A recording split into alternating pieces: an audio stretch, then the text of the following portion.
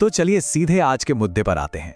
हम सभी ने जिंदगी में कभी ना कभी इस एक बड़ी चुनौती का सामना जरूर किया है, अपने सबसे जरूरी कामों को कल पर टाल देना। ये एक ऐसा संघर्ष है जो हम सबके भीतर चलता है। आज के इस विश्लेषण में हम कुछ बहुत ही दिलचस्प कहानियों और उदाहरणों पर बात करेंगे, जो हमें बताएंगी कि चीजों को टालने की ये जो आदत है ना, ये असल में हमारी क्या कीमत वसूलती है। अब यहाँ एक बड़ा ही दिलचस्प सवाल सामने आता है, आखिर ये कल सफलता का सबसे बड़ा चोर क्यों है? अक्सर लगता है कि हमारे रास्ते की सबसे बड़ी रुकावट हमारा आलस है ना? लेकिन सच तो ये है कि सबसे बड़ी समस्या आलस नहीं, बल्कि ये कल का भ्रम है।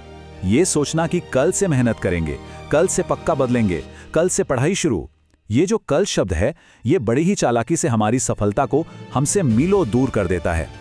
और ये पूरी बात हमारे स्रोत के एक बहुत ही शानदार कोट से बिल्कुल साफ हो जाती है। कल एक ऐसा चोर है जो आज की मेहनत और आने वाली खुशी दोनों चुरा लेता है। सच में ये सिर्फ एक वाक्य नहीं है, बल्कि आज के हमारे इस पूरे डिस्कशन का बेस है। जो काम आज इसी वक्त किया जा सकता है, उसे टालना खुद को धोखा देने के सिवा और कुछ भी नहीं है। सेक्शन 1, आर्यन और परीक्षा। अब ये सिद्धांत असल जिंदगी में कैसे काम करता है, इसे समझने के लिए आर्यन की कहानी देखते हैं।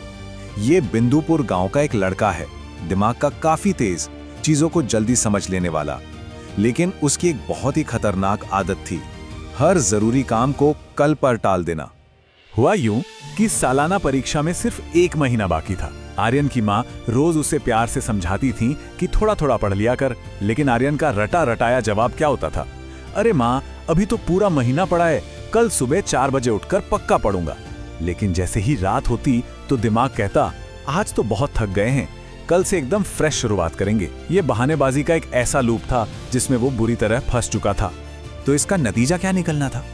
वो कल कभी आया ही नहीं। सुबह नींद के भारीपन के साथ शुरू होती, दोपहर दोस्तों के साथ खेलने में निकल जाती और रात होते होते भयंकर थकान घेर लेती। दिन यूं ही खेल कूद में हवा होते गए और देखते ही देखते पूरा 1 महीना खत्म। और अब परीक्षा में सिर्फ 2 दिन बचे थे। और फिर आती है परीक्षा से ठीक पहले वाली डरावनी रात। पहले तो इतना बड़ा सिलेबस देखकर ही उसकी हालत खराब हो गई। फिर भी उसने सोचा कि चलो रात भर जागकर पढ़ लेंगे। लेकिन तभी गांव की बिजली गुल हो गई। मिट्टी के दिए की हल्की रोशनी में पढ़ना वैसे ही नामुमकिन सा था, और ऊपर से वो दिन भर की थकान। आखिर में उसने हार मान ली और सो गया।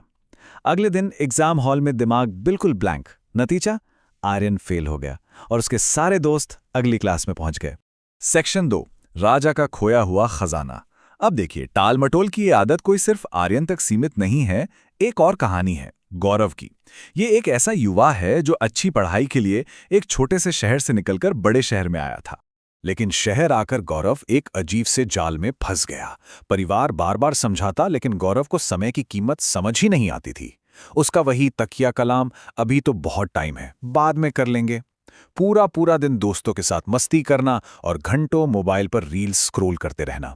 लेकिन जब एक दिन उसे एहसास हुआ कि वो अपने साथियों से बहुत पीछे छूट गया है और बार बार फेल हो रहा है, तब जाकर उसने एक पेड़ के नीचे ध्यान कर रहे एक बहुत ही बुद्धिमान बुजुर्ग व्यक्ति से मदद मांगी। उन बुजुर्ग व्यक्ति ने गौरव को एक बड़े पते की कहानी सुनाई। एक आलसी आदमी था जिसे एक दयालु राजा ने ऑफर दिया कि सूर्यास्त से पहले वो महल से जितना चाहे खजाना ले जा सकता है। अब उस आदमी ने क्या किया? पहले तो उसने आराम से बैठकर खाना खाया, फिर सोचा थोड़ी देर सो लेता हूं, और सीधा 2 घंटे सो गया। फिर महल की तरफ भागा, लेकिन रास्ते में एक पेड़ के नीचे ठंडी हवा लगी तो फिर से 4 घंटे के लिए सो गया। जब वो उठा और बदहवास होकर महल पहुंचा, तब तक सूरज डूब चुका था और महल के दरवाजे हमेशा हमेशा के लिए बंद हो चुके थे। अपनी टालमटोल की आदत के चक्कर में उसने एक बहुत बड़ा खजाना खो दिया था। सेक्शन 3, दादाजी के पौधे की उपमा। चलिए वापस आर्यन की कहानी पर चलते हैं। रिजल्ट के बाद माता पिता की आंखों में जो उदासी थी, उसने आर्यन को गहरी शर्मिंदगी से भर दिया था। उसी शाम वो फूट फूट कर रोते हुए अपने दादाजी के पास पहुंचा। दादाजी ने उसे पास बिठाया, आंगन में लगे एक छोटे से पौधे की तरफ इशारा किया और एक बहुत ही गहरा सवाल पूछा। उन्होंने कहा, क्या कोई पौधा तब जिंदा रहेगा अगर उसे रोज पानी ना दिया जाए और महीने के आखिरी दिन उस पर एक साथ 10 बाल्टी पानी उड़ेल दिया जाए? आर्यन ने अपना सिर झुकाया और धीरे से बोला, नहीं दादाजी, वो तो सूख जाएगा। ये सुनने में एक बहुत ही साधारण सा सवाल लगता है, लेकिन इसके अंदर एक बहुत बड़ा सच छिपा था। दादाजी ने उसे समझाया कि हमारी पढ़ाई, हमारा ज्ञान बिल्कुल उस छोटे पौधे की तरह है। इस ज्ञान के पौधे को बड़ा करने के लिए रोज थोड़ी थोड़ी मेहनत का पानी देना पड़ता है। इसे टाला नहीं जा सकता और ना ही आखिरी दिन अचानक से बहुत सारी पढ़ाई करके इसे बचाया जा सकता है। ज्ञान कभी भी एक साथ थोपे गए दबाव से नहीं पनपता, वो तो लगातार किए गए छोटे छोटे प्रयासों से ही फलता फूलता है। सेक्शन 4, समय और निरंतरता पर महारत हासिल करना। अब तक हमने समस्या देख ली, उसके खतरनाक नतीजे देख लिए, लेकिन अब बात करते हैं समाधान की। इस हिस्से में हम समझेंगे कि कैसे आर्यन और गौरव दोनों ने अपनी अपनी कहानियों में समय और निरंतरता यानी कंसिस्टेंसी को मास्टर किया और अपनी जिंदगी को पूरी तरह से पलट कर रख दिया। दादाजी के उन शब्दों ने आर्यन को अंदर तक झकझोर दिया था। उसने उसी दिन तय कर लिया था कि बस अब और कल का इंतजार नहीं। उसने अपने कमरे की दीवार पर एक बहुत बड़ा सा चार्ट लगाया जिस पर मोटे अक्षरों में लिखा था, कल कभी नहीं आता, जो है वही आज है। ये चार्ट उसे हर दिन हर पल याद दिलाता था कि सही समय कभी खुद चलकर नहीं आता, बल्कि सही समय तो आज और अभी है। तो आखिर सफलता का रास्ता है क्या? हमारे स्रोत के अनुसार इसके 3 बिल्कुल साफ कदम हैं।